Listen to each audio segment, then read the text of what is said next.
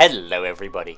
Last time I gave you 50 useful tips and advice for Don't Starve Together, but today I'm giving you 50 not so useful but still interesting facts and trivia so that you can tell your friends and have them all go, oh, cool. A green gem is just a red gem but the hue shifted and the sprite flipped. Just like how evil petals are regular petals but eviler. If you're insane, the compass will spin in random directions, making it pretty much entirely useless. It still shows other players on the map if they have one equipped though. Speaking of that, despite saying she's good with directions, Winona, like every other survivor, has quotes in the files referring to cardinal directions. However, unlike those other survivors, Winona will always say the opposite direction a compass would be facing.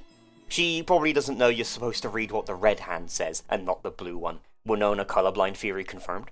The Deerclops will be visibly happy and leave you alone for a few days if she manages to break enough structures. It takes about 6 structures broken, not including walls or collateral damage, and she has to not be aggroed onto you during this. This isn't very practical over just killing her, since she will respawn later in the same winter if she does flee by destruction. On the character selection screen when in your world, if you turn the music all the way down and the sound effects all the way up, you can hear the faint sounds of the ancient pseudoscience station.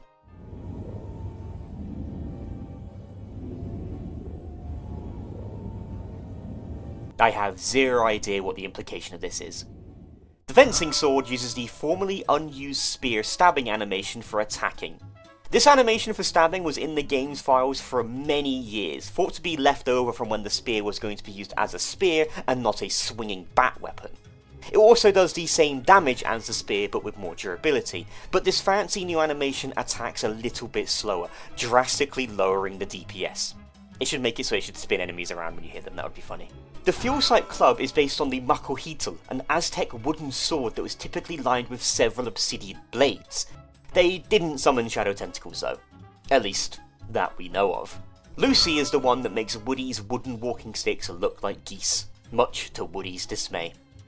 The Tingle node used to be called, quite simply, the Electric Fence Post. And with any luck, that is officially the last time I'll ever say Tingle node. The compromising statue is a structure only seen in the mobile version of the game when playing under the No Sweat rule set. It essentially functions as an infinitely reusable meat effigy with slightly better stat retention.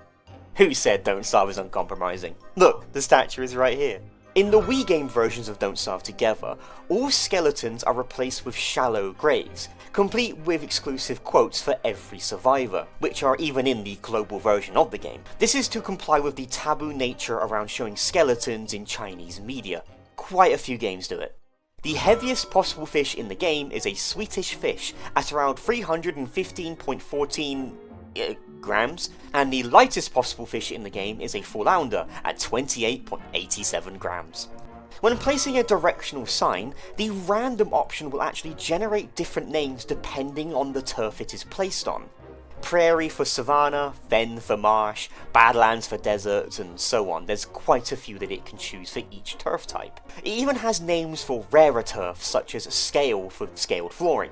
Seems a bit backwards that a directional sign, a sign which should tell you about an upcoming location, tells you about the location of where itself is, but it's a cool feature nonetheless.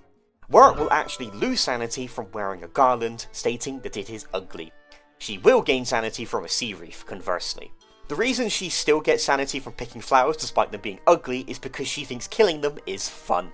The Miner's Hat scrapbook entry states that it provides light for nearly 1 day. And that is a very fitting description, as the Miner's Hat will last for exactly 7 minutes and 48 seconds, which is 12 seconds shy of a full day. The same time as a lantern, fun fact. The Void Masks have the highest durability of any item in the game, with 2,100 hit points. Second place is the Fuel Sight suit, with 1,260 hit points. If you wear the Bee Queen crown, other survivors will bow to you with unique quotes. Except for Maxwell, Willow, and WX78. They will just shake their head at you. They bow to no kings nor queens. Also, the Fool's Crown skin they gave away with the Himbo update will have everyone point and laugh instead. Lobster Dinner and Lobster Bisque were called Wobster Dinner and Wobster Bisque respectively back in Don't Starve Shipwrecked before they were ported over to Don't Starve Together.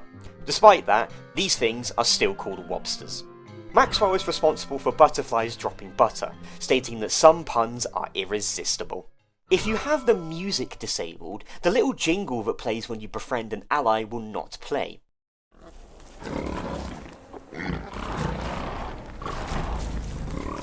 It will also make the game 10 times creepier.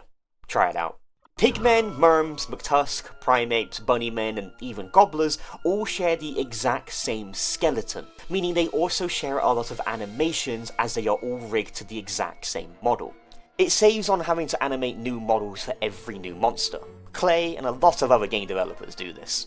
The tall curved stalagmite has a 5% chance to drop a log. The other type of stalagmite, the weird clustered ones, has this chance replaced with a blue gem instead. Both types can drop red gems, however, which makes me wonder if this was probably an oversight in development. The Ancient Guardian, a giant monstrous creation born from nightmare fuel that bleeds shadows themselves, doesn't drain your sanity at all when you're next to it. Typically, most bosses or aggressive enemies do. You can actually see this reflected in the scrapbook, where enemies that drain your sanity will be marked with differing levels of scariness, whilst enemies that increase your sanity will be marked as calming instead. I don't see how this guy is calming at all, but yeah, sure game, whatever you say. You can use a clean sweeper to change the skin of the stagehand. It will treat it as if it was an end table that can walk around and be really creepy. Clay developer Gnome is the only known person in the entire world who owns the potato cup in their Steam Don't Starve Together inventory. As for what it does, literally nothing. That we know of. Dragon fruit seeds resemble eggs, and the vines that grow from them look somewhat like a dragon, with the dragon fruit itself being the flame coming out of its mouth. I just think that's absolutely genius design. In the same vein as that, pepper plants look like torches when fully grown. Wilson's favourite. Charlie specifically added heavenly eggnog to the constant during Winter's Feast, as Maxwell will say that it is his favourite, and that she remembered. Aww. Speaking of Charlie, by using certain night vision effects, you can see that she attacks the survivors from the inside out. I guess your body is the closest, darkest place to you. Ooh. Every survivor, except for you, will say something along the lines of "this is fine" if they're on a chair whilst it is burning. An obvious reference to the popular internet meme. Wigfrid can eat vegetables. Sort of. You can put 2 durians, which are fruits I know, and any other vegetable inside a crock-pot in order to make monster lasagna. A roundabout way to break her own rules. Or you can just have her eat goodies, since those ain't meat and she eats those just fine. The highest retaliation damage you can deal in a single instance, in theory, is 172 damage. That's a WX-78 with 3 electrocution circuits whilst wearing a bramble husk made by Wormwood whilst the enemy attacking you is also wet. If the enemy is dry, it will still do a respectable 112 damage. Now I want to see how useful a retaliation build is in practice. By the looks of it, not very. Speaking of the bramble husk, its durability is actually higher than it is in single player, boasting 525 hit points instead of 450. This is interesting since every other armor set got its durability massively slashed in multiplayer when compared to single player. Also, the bramble husk used to use bone shards instead of stingers in its recipe. That change alone made Tig so happy when they found out. And one last bit of Wormwood related trivia, every single one of his skins has a different gemstone in his torso, from his typical green gem to red, blue, yellow, and even some gems not in the game, like pink and black, even though this black gem could probably be Dreadstone. Ooh. The only exception to this is the Moonbound skin, which has a moonglass, and the Salamander skin, which has no gemstone at all. Live fish can be used in a crock-pot if you're feeling particularly mean. It's not worth doing this, since the fish will always be worth the same amount of meat, not taking into account that heavy fish can sometimes give more fish when you butcher them. A lot of inedible items in the game actually do have internal food, health and sanity values attributed to them, such as rocks, wood and ashes. This is to affect the monsters that do eat them, and not the player if they somehow manage it. For the longest time, these things used to be called Brightshade Gestalts, despite them being able to revive other mobs, not just Brightshades. With the Ancient Echoes update, however, they are now called Incursive Gestalts. Vegetable stingers used to be spicy back in Hamlet. However, when they were ported to Together, they lost their spice rating. This is due to peppers existing in Don't Starve Together, and spicy food typically raising your heat in that game, whilst Vegetable Stinger never did. The Hand Bat does very slightly more damage in Don't Starve Together than it does in Terraria, where it can do up to 59 damage by base in Don't Starve, and only 57 in Terraria, as long as it's not upgraded or anything. Surprisingly close, to be fair. This isn't including the buff the weapon gets when you're well fed, however. The reason the Eye of Terror is named as such and not as the Eye of Cthulhu like it is in Terraria is because Cthulhu as a character was not invented until 1928, which is just shy a few years after Don't Starve should take place, which is the 1910s to early 1920s. According to Winona, glowberries glow on the way out. Don't think too much about it. Starsky actually counts as a pet fish for the sake of Wurt's passive sanity regeneration from holding a fish, even though that's a useful fact and doesn't fit in this video. I just thought it was cute to mention. It's not enough to cancel the sanity loss from being in the caves, but it helps slow it down a little bit. Most characters have around 16 to 20 unique character skins. However, Wanda is special in that she has the least with only 12 skins.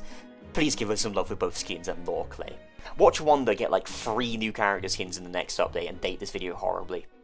Yeah, as if. Wilson appears in Balatro as a skin for the Jack card. This is actually misleading, as Wilson's name is not a Jack. That is instead Maxwell's brother, Jack Carter. Silly Clay. A fully grown loon tree takes exactly 1 more chop to cut down than any other tree in the game, at an amazing 16 chops instead of 15.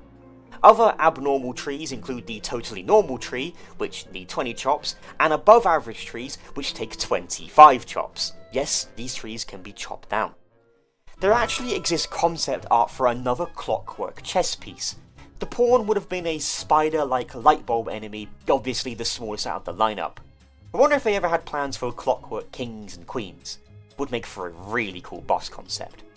On the very same piece of concept art, you can see that the headless harp statue seen in-game at one point did used to have a head. This is even found in the game's files, unused to this very day. You can also see that Flups were originally designed for Don't Starve single player and then repurposed for Shipwrecked. Cool. Whilst 2 mosquito sacks and ice can be used to craft 4 water balloons, you can instead fill up mosquito sacks directly at a pond for 1 water balloon each. This is half as efficient as just using ice, but I guess it's helpful if you're in summer and never got any ice. You probably knew that living logs scream if you burn them as fuel in a fire pit. But did you know they also scream if a cookie cutter eats them?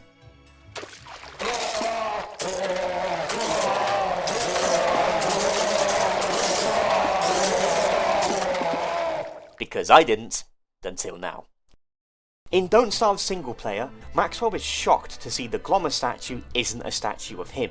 In Don't Starve Together, he is instead relieved that it's not another wretched statue of himself. Character development. And now for our final bit of nonsense for the video. Don't Starve Together's name is actually a pun. Like, it's Don't Starve Together, since it's a sequel of sorts. Look, this took me like 5 years to figure out, okay? My mind was blown when I realised that. By this logic, we can expect the 3rd game in this series to be called Don't Starve Freegether. And then, Don't Starve Together. Anyway, for putting up with that, here's yet another bonus bit of trivia just for you. As you most likely already know, sinkhole skins replace the skin of both the sinkhole itself and the staircase leading up and down the caves, which all look very snazzy. But one thing that isn't mentioned is that they can also reskin the plugged sinkhole itself. Meaning you can reskin them to leave these weird looking boulders around your map if you want to prank your friends into thinking you found a new mysterious boulder type. Until they mouse over it, that is.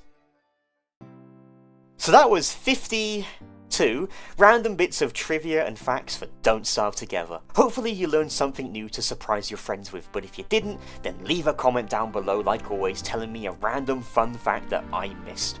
With how big this game is, I'm sure there's even more obscure nonsense out there. But for now, I'm off. I gotta think of 50 more gimmicks for a video. Cheers for watching everyone, have a lovely day, bye bye.